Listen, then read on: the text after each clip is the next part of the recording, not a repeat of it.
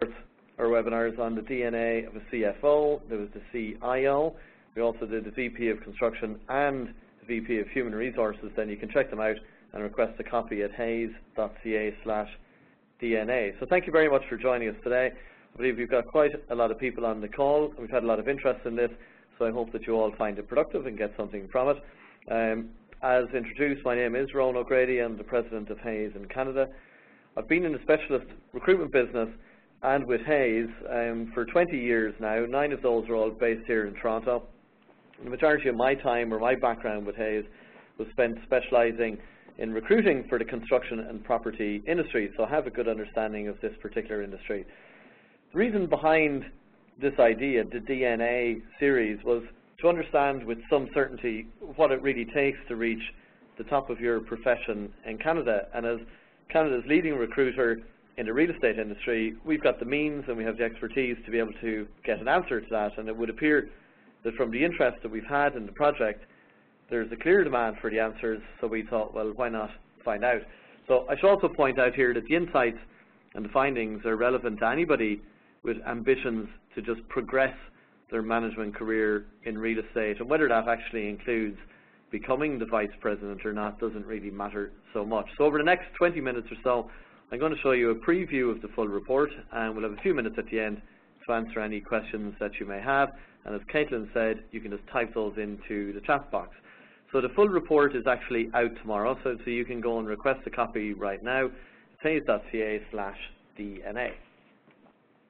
So, how do you find out what it takes to become a VP in commercial real estate in Canada? Well, what we did was we surveyed 100 of Canada's leading VPs in CRE, obviously currently working here in Canada, and we surveyed them about their qualifications, their education, their industry experience, challenges, mistakes, and goals.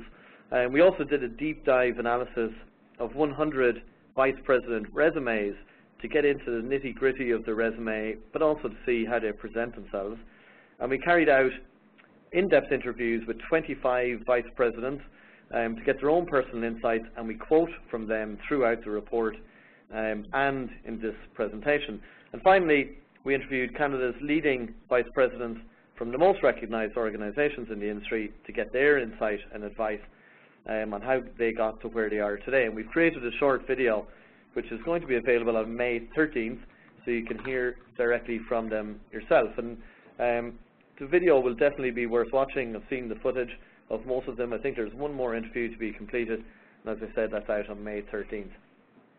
So a little bit about the respondents as some context here. So the majority of the respondents were male, so they appear to be a male-dominated industry, 76%, and then 76% aged between 40 and 60 years old, and it's actually an equal spread between 40 and 50 and 50 and 60. What was the biggest influence on their career? Well, the direct manager clearly has had the most impact, which is important to remember for when you're leading your own team and managing your own rising stars. And that's closely followed then by a colleague or a mentor, and then a friend at 17%, and it would appear that dad has had more of an influence on their careers than their mom. Why did people actually get into this industry? Well, there's 2 clear leading answers, and they're actually kind of the opposite of each other in a way. So 31% saying it was a passion for the industry, an interest in the industry, and then slightly more, but similar number, saying that they more kind of stumbled into it or almost just got into it by accident. Okay, so we set out to be able to define the path to success for an aspiring vice president in real estate. And whilst we can't really say that there's one single path to success, when we sat down to look at all of the results from the survey, the resume analysis, a couple of key themes kept coming through. And we tried to ask ourselves this question. We said, what are the key abilities a VP must accumulate during his or her career to be given the best chance of success? And that is exactly what we're going to share with you today.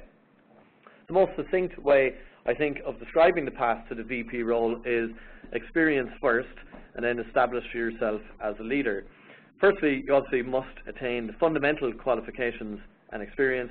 Secondly, you've got to commit to your professional development. And finally, you can become, and you must become, a genuine leader to get to this level. So over the next few minutes, I'm going to take you through each of these points one by one and expand on them. Before I do, a couple of other interesting points here as context. We also asked our VPs what is it that they look for when they're building their own teams, and in descending order, this is how they rated it. They said that the most important element was personality fit and communication skills. I should just mention there that that's kind of assuming that the person that they're interviewing has the basic requirements to qualify to get to the interview. Of course, personality alone won't get them the job, but in any event, personality fit and communication skills as a top requirement, followed by what I was just saying, i.e. their actual skills, qualifications, experience, and accomplishments. Next is the number of years of experience, which I kind of like that it's actually a little bit further down, as it suggests that this industry is a merit-driven or merit-based industry, as opposed to saying just that because somebody has 20 years experience that you're better than a candidate with somebody with, say, 10 years experience. Finally, you've got awards, academic institution affiliations, etc., which puts those things into perspective, really. You see how far down they are if you're trying to forward your career. I've got a quote here from John Ringness, and Mr. Ringness is the President and CEO of Next Facilities Management, and he says, we're on the cusp of something very transformational in the facilities management industry, and we will need facilities managers, property managers, leaders to be agile learners, saying no to the status quo and traditional models and having an open mind to make sense of increasing business complexities. And I think that goes some way to speaking to what the career path really is. It's the ability to learn, keep an open mind, and continuing to develop yourself. So before I go into the 3 key stages of becoming a VP, I just wanted to focus on the importance of soft skills. We asked our VPs, what are the personal characteristics that a VP must have? And you can see the results here. The most important characteristics being at the top, and they are being responsible and being proactive and adaptive. Not overly surprising, but we thought what was interesting was that you can almost see this graphic as an illustration of the characteristics that you would require as your career progresses within real estate. So at the bottom of the stack, or at the start of your career, you need to develop characteristics such as being detail-oriented, articulate, and enthusiastic. At the mid-range, these start to change, and you start to see things such as being goal-oriented, confident, and collaborative coming into play. And then at the top or senior end of your career, the characteristics I've already mentioned of being responsible, proactive, and adaptive. And then obviously you've got the essential core value in there to the role of being ethical.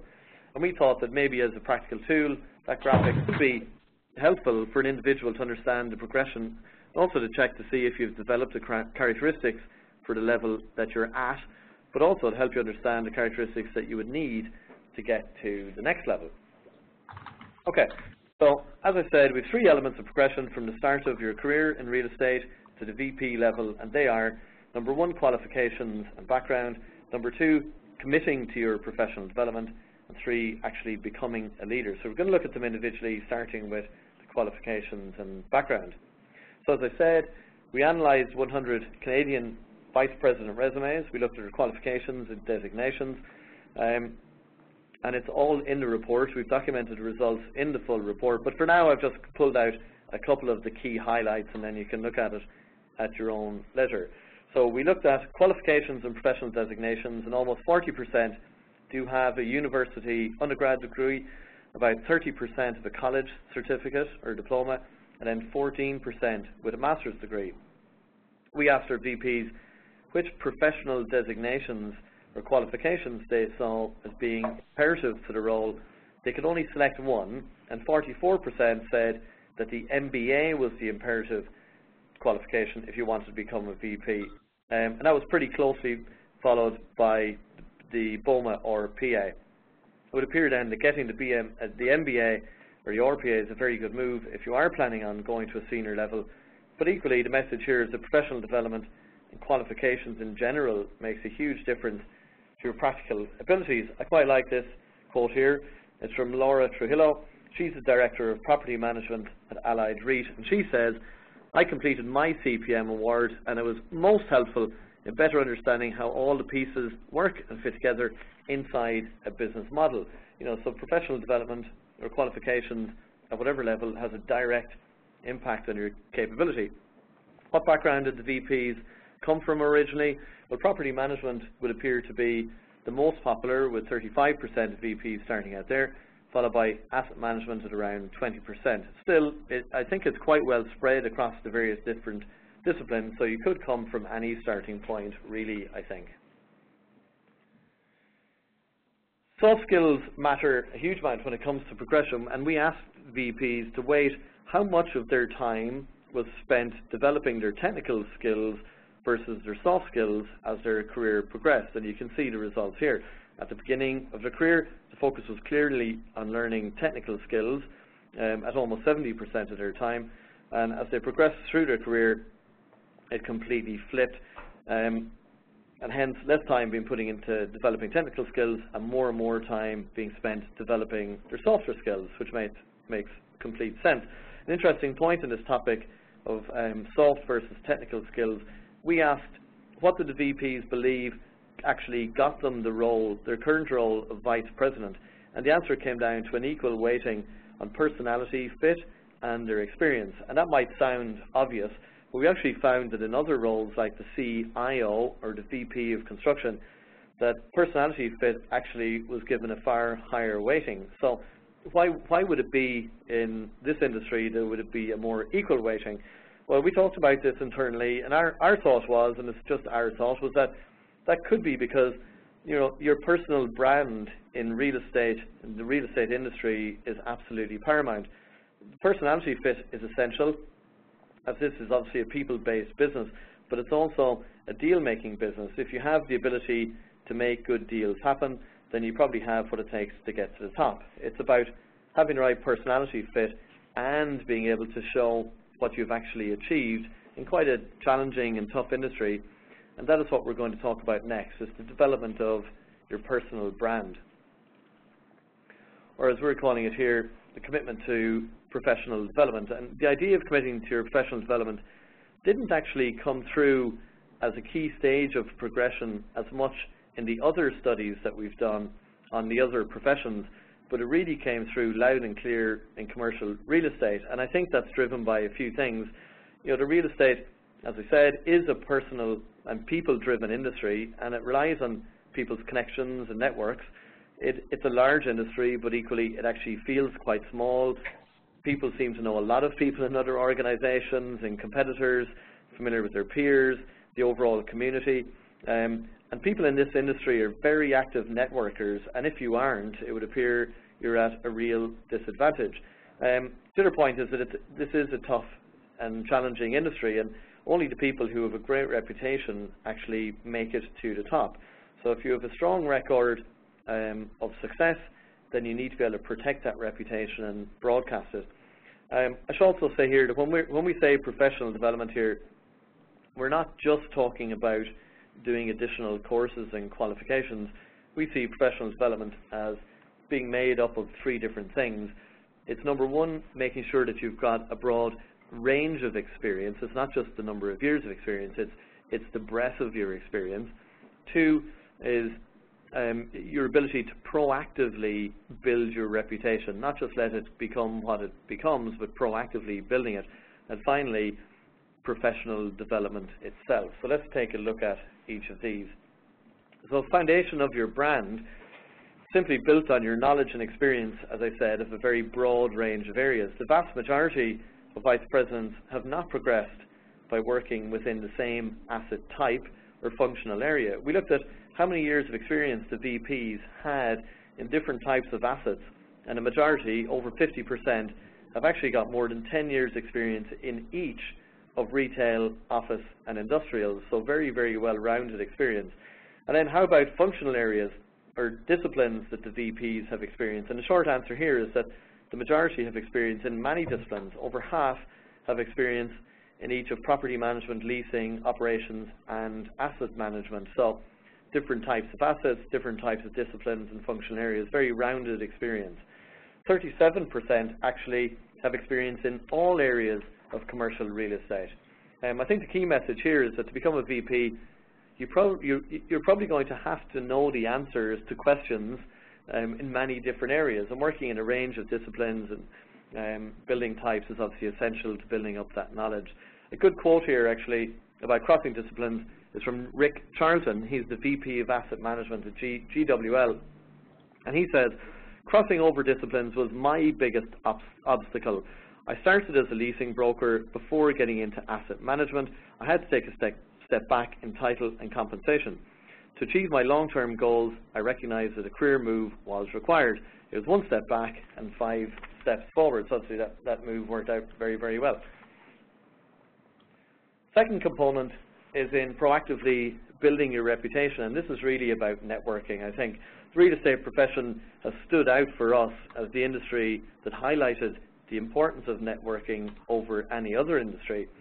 80% say that networking is very to extremely important, and 80% of the industry cannot be wrong. I really like this quote here because it touches on networking, but it's also about how you present yourself. It's from Dallas Wingrich. She is the VP of Real Estate and Operations at Choice Properties, and she said, building and maintaining business relations has led me to every role that I've had. Your network is not just about who you know, it's also about your reputation in the industry. If you want to be a VP, you'd better be acting as one, which I thought was a great comment. So why is networking so important in this industry? Well, it could be linked to this point.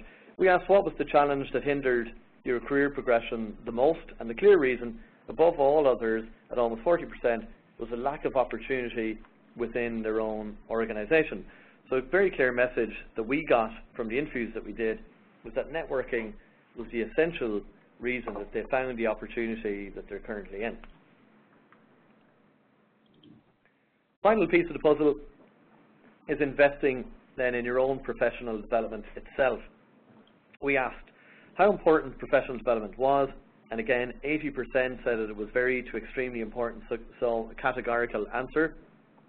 But professional development isn't just about attending courses or studying, it's also about your actual accomplishments, and 60% of vice presidents said that it was their professional accomplishments that led them to getting their current role. There's a difference between having lots of experience and actually being accomplished. I think if you can point to specific accomplishments, such as a very challenging project that you managed to turn around, or a deal that you managed to salvage, then that goes to building your reputation. So our advice is you should almost seek out those challenging situations. A really good and very practical quote on professional development here is from Steve Moffat, and Steve is the VP of Property Management at Waterford Property Group, and there must be an Irish connection with a company name like that. But Steve says, I think a solid understanding of building-based computer technology is something you can never learn enough about. It's imperative in my role to have an understanding of how buildings work and how they might actually work better. Advances in technology are such that you have to stay on top of them to ensure that your building is running as efficiently as possible. And I think the other point that Steve is actually touching on there is that technology continues to change how the real estate industry is working, and you have no choice really but to keep up with that if you actually want to advance or if you want to stay ahead. Okay, on to the final stage then, actually becoming a leader. We asked what was the single most important aspect of the role of a vice president. They could only pick one. And the big picture answer here could be summed up as simply just saying leadership. The top 3 individual elements were people management, providing solutions to meet organizational goals, and strategic planning, and these can quite easily be grouped under the heading leadership. And if you look at the elements below, again, similar to earlier, it almost goes in perfect order of when you actually learn these things during your career. You know, you build your basic level of experience first, then develop as an experienced professional where you understand the skills required for problem solving, your commercial understanding, and then finally becoming a leader. So if you are at the start of your career, the message here is the importance of building your technical knowledge, understanding different disciplines. If you're at the mid-level stage of your career, it can show you what the skill sets that you should be developing now, such as problem solving, communication, and commercial understanding. Okay, so we're going to have a look here at the top one there on leadership, so people management. And we asked, how much of an influence does your team have on your own success? And it would appear to be a whole lot of influence, actually, which makes sense. Around, again, 80% saying that the team's ability is very important when it comes to their own personal success. And a good quote here from Daryl Schmidt. Daryl is the VP of National Leasing at Cadillac Fairview, and he says, you have to want to be a leader. It's not always fun, but you have to have a genuine interest in seeing your direct reports grow, develop, and become better at their jobs. And if they are going that way, they're going to do a better job for the organization. You've got to be motivated and actually want to do it. And I have to say, I couldn't have said that better myself. Being a leader is not easy, and the VPs say that their number one weakness is actually delegating, which is interesting. 69% say that their management style is friendship-based, which is great. We always like to see that. And 17% say that they themselves have actually been fired at some stage. It's not that surprising. But interestingly, 33% of those said it was due to a personality clash with their manager, which is an important thing to bear in mind, and the influence that you can have as a leader. Okay, strategic thinking then was the strategic thinking and problem solving was the other key aspect of the role of the VP as identified by themselves. And again, this is something that would appear to not be easy. And there's an interesting point in here. So first of all, 21% of the VPs we talked to said that their own biggest mistake in their career that they've made was because of a strategic decision error.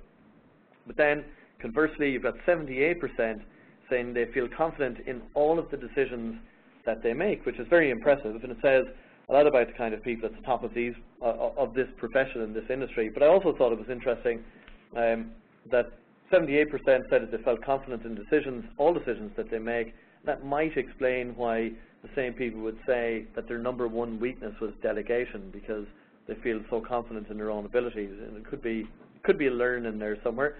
And then obviously as you progress, the problem solving that you're doing, you're not just doing it on your own, but you're actually doing it with your team and leading your team sometimes to an answer, and that actually adds an element of complexity too.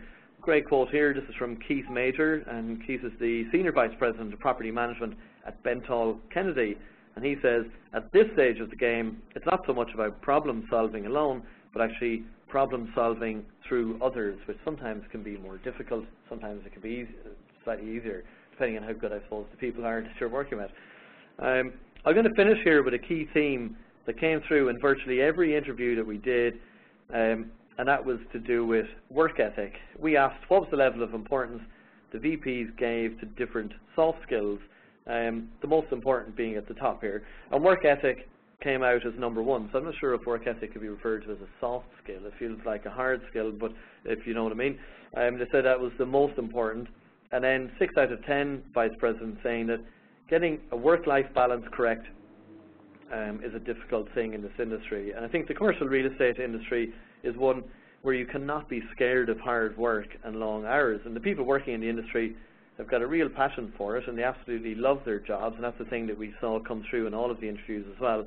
But if you're not prepared to put in the work, then you're probably better off thinking about a different industry. However, it is possible to be very successful in this industry, as we can see, and I think there's a great quote here that I think would help a lot. It's from Ed Lesdowski, and he is the President and CEO of Eden Management, and he says, you need to be ready to put in the hard work, and you need to have focus. Chart a course and a direction that you feel passionate about and work towards it. You can be bounced around too easily in this industry, from property to property or job to job. Don't get distracted from your ultimate goal. Set smaller goals along the way that keep you on track. That makes absolute sense and well said. Okay, so that's everything on the preview of the report. I think I'm exactly on time. So I'm just going to finish with a very, very short summary, recommendations, and then we can see what, if any, questions we have. So our key findings can be really summarized as we have here. So vice presidents in commercial real estate have experience across almost all of the disciplines and asset types in CRE. The reputation, the personal brand, professional development, and networking were all essential elements in them getting to the top of their game in this industry. And finally, being a VP is really all about leadership, being able to lead people, being able to think strategically, resolve problems, and doing all of that and demonstrating their own commitment through the hard work that they put in themselves and as an example to their teams. I'll finish with a couple of recommendations. So this could be for a budding vice president, or really, as I said at the very beginning, anyone looking to progress their management career in this industry, and they are as follows. So number one, you should seek out varied and challenging opportunities, particularly in the first half of your career and probably in the first 10 years of your career, I would say specifically, to try and build up as total a knowledge base as you possibly can, to be open to new opportunities and new challenges. Secondly, your professional brand is absolutely paramount. It is in any industry, but here it seems to be of utmost importance, and you have to manage that and influence it through proactive networking, and you've got to build your list of accomplishments. You need to be an accomplished professional. And then finally, mentorship is an essential part of developing leadership, and there's a huge amount of benefits to get from having a mentor, and a lot of the leaders refer to exactly that and the influence that they had, and then the influence that you can have on other people's careers and what you learn yourself by being a mentee. That's something that we would encourage people to do strongly. Okay, so that's the end of the key messages that we wanted to share. So thank you very much for dialing in and listening. I hope you found it useful and you got at least one or two constructive ideas or thoughts from it. We do have a couple of minutes now, as I said, to answer any questions that you have. So if you do, you can just type it into the chat box if you know how to do that, and we'll do our best to answer it. So while we're just waiting for that, I'll mention that we have some help here. I've got James Ashley. James works in our property and real estate recruitment team here in Toronto. We've also got Craig Robinson and Richard Costello, who are the guys who run the business in Vancouver, and also Taya Watson, our marketing director, who is actually responsible for the research and the analysis of the project here. So if I get questions that I can't answer, I will just pass it to them and they can deal with the difficult question. So as we're waiting for questions to come in, to request a copy of the full report, you can go to hayes.ca/DNA. As I said at the start, the full report is released tomorrow, and then the videos of the 4 leaders will be available on May 13th. We'll post that on our own website, and we'll put it on our YouTube channel too. And then to answer the question, which is usually the first question that we get, which is how do we get the slides from the presentation? We've recorded the webinar, and all of the slides and the audio will be on YouTube, so you can turn off the audio if you don't want to and just look at the slides, so we can see what questions we have. So hopefully we have some questions.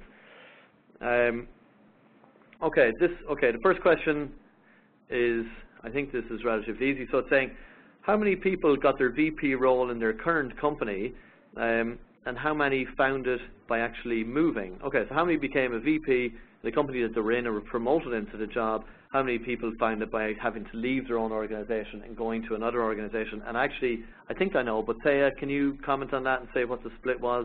Sure.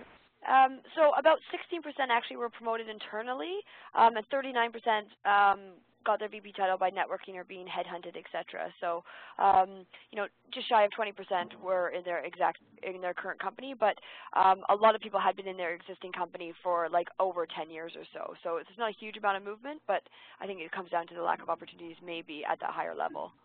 Right. So it was actually the same percentage of people moved to get the job as got promoted into it. Yep. Yeah. Okay, that answers that. My question here is, let me just scroll up, hang on, because I can see the questions and then they disappear. Any comments on how important /valuable /necessary designations are, both post-secondary and industry specific? So let's try and answer, so I'll read it again.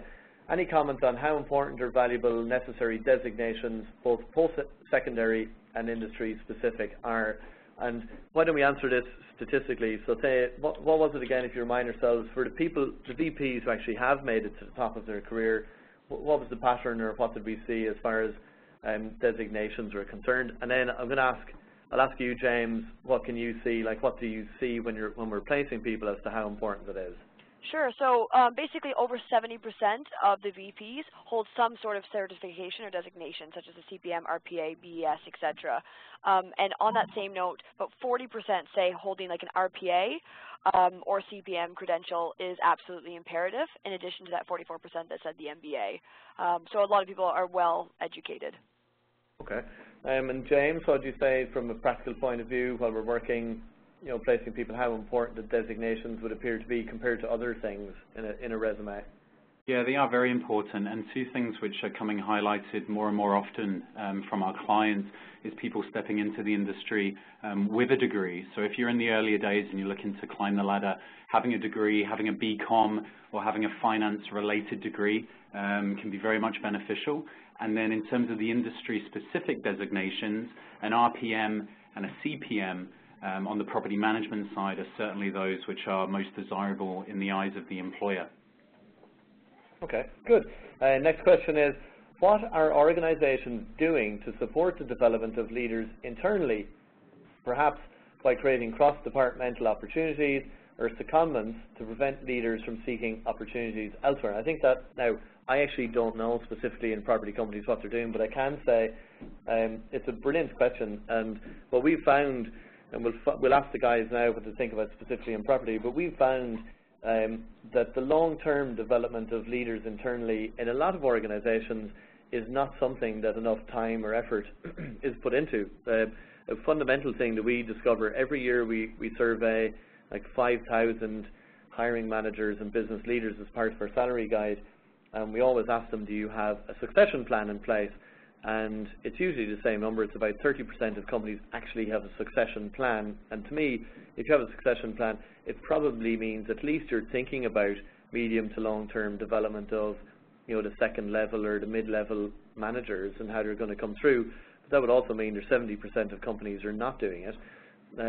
And when we ask and say, what's the biggest influencer on staff retention or staff turnover, more to the point, every year it gets listed as lack of career progression. So it's I don't think most organizations do enough. I think there's lots of brilliant examples of companies who do, but I don't think they're doing enough. But yeah, so Craig, Richard, James, would there be any examples you would say of organizations doing particularly good things to develop leaders internally? Not all at once? No? Yeah, I think that there are some companies which are really ahead of the game when it comes to developing from within. We see in many of the packages that are being offered now, there is certainly offers in terms of education, continued development, so supporting someone's RPA or their FMA or their CPM qualification. But also we see people doing rotations from within as well. So some companies have talked quite highly within the interviews that we did face-to-face about rotations, about being exposed to different areas of the business. But again, there's also an onus there and actually just throwing your hand in the air and being a bit of a yes person and sort of stepping out there and making the company aware that you want to be involved in different components, that you do wish to be involved in different committees or associations within the businesses. So we do see a bit of a divide. There are some companies which offer less of that, and there are some companies which are really pioneering diversity within their business. All right, great. The other thing I'd add to it is on another survey that we did, a piece of research, it was about what motivates people to stay in their job and what causes them to leave. And one of the biggest things that causes them to stay is just variation and change. So trying to hold on to good people. The comment, I think, and the question about cross-departmental and moving them around into different opportunities, you don't want to do that because you move the guy out of a job that he's doing well and it causes you a problem where you've moved him from. But in the medium to long term, it's a fantastic idea. Like a change keeps people interested and motivated. So if you can do it, you absolutely should do it. Another question on professional development. That was a good slide on what types of education programs were popular. It would be interesting to see cost of education versus lift in salary. Has Hayes looked at this stat in the past? Any comments? I don't believe we have, actually. Taya? No, we haven't. Not yet, anyways. Doesn't mean we won't. We can. We could find out. We need quite a lot of information to figure that one out, so we'll think about that. We'll come back to it.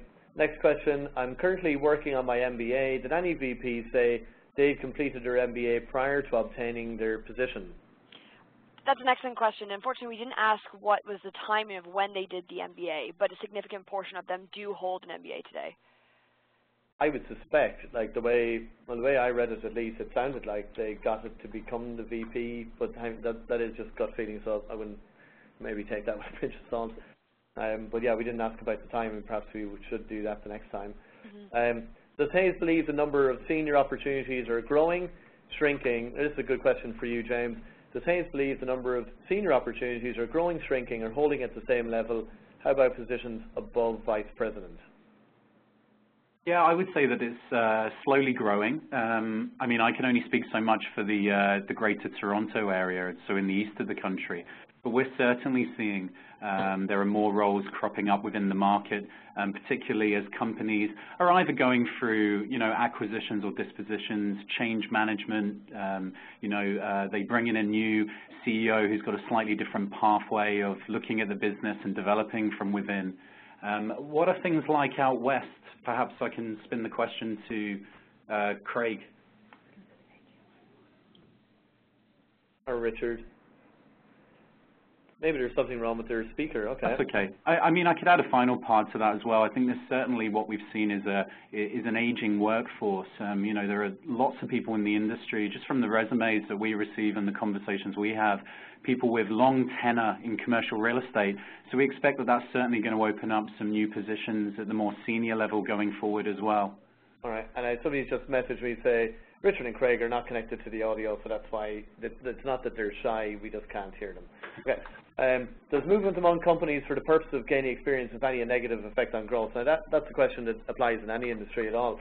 Yeah, if you overdo it, like if I look at a resume and somebody has moved jobs every 6 months, every year, or even if they're moving every 2 years, you can move every 2 years at the beginning of your career, but you need to settle down quite quickly after that. You can move around every 2 years for a few moves, but by the time you're getting up to 5, 6, 7 years experience, you really need to start showing some longevity. Companies do not like people who get bored of their job very quickly and need to move for some reason, right? And sometimes it can be more negative than that. So you need to, beware the jumping around, and everybody knows that. Having said that, sometimes if it's right, the right thing is to move. But my advice always would be, if somebody's saying, here's the reasons that I want to move jobs, and it's because I'm not getting this experience, my first question is always, great, have you talked to your boss about that? And have you brought it up? Have you explained what the issue is, what area you'd like to get experience, and have you found out, is it possible or not? Sometimes people make assumptions that it's not possible. And have you explained how serious it is, that, I'm genuinely concerned about this and I would like to get this experience? If it turns out that you've been very clear about it and it's 100% clear that it's not going to happen and you cannot get that experience where you are, then it could well be the right thing to move, but you've got to make the right move and take your time and make sure that the opportunity matches and the company matches with what you're looking for. But so there, it's not a black and white answer that it's good or it's bad. You don't overdo it. Be careful about the moves that you make, but if you have to move, move. And as we've seen, and as Say has said, there's as many VPs who've got the opportunity by moving as they have staying where they are. So, it depends on many, many things. Okay. I think that is probably it. Do we have any other questions coming through? There's a couple of privately asked questions, so people who put in questions specifically about themselves, we will respond to you directly. So thanks for doing that. But otherwise, I think that's it. Thank you very much for joining us today. Thanks to everybody who contributed to the work, the people who completed the surveys, all of the people that we interviewed, particularly the people that we had do the videos, because that has taken some time. And obviously our team here put together this piece of work. So if you have any questions, or if we can assist or I can assist in any way, you can see my email address on the screen. It's rowan@hayes.com. So email me and I will do what I can. So thank you very much. Have a very pleasant rest of the day.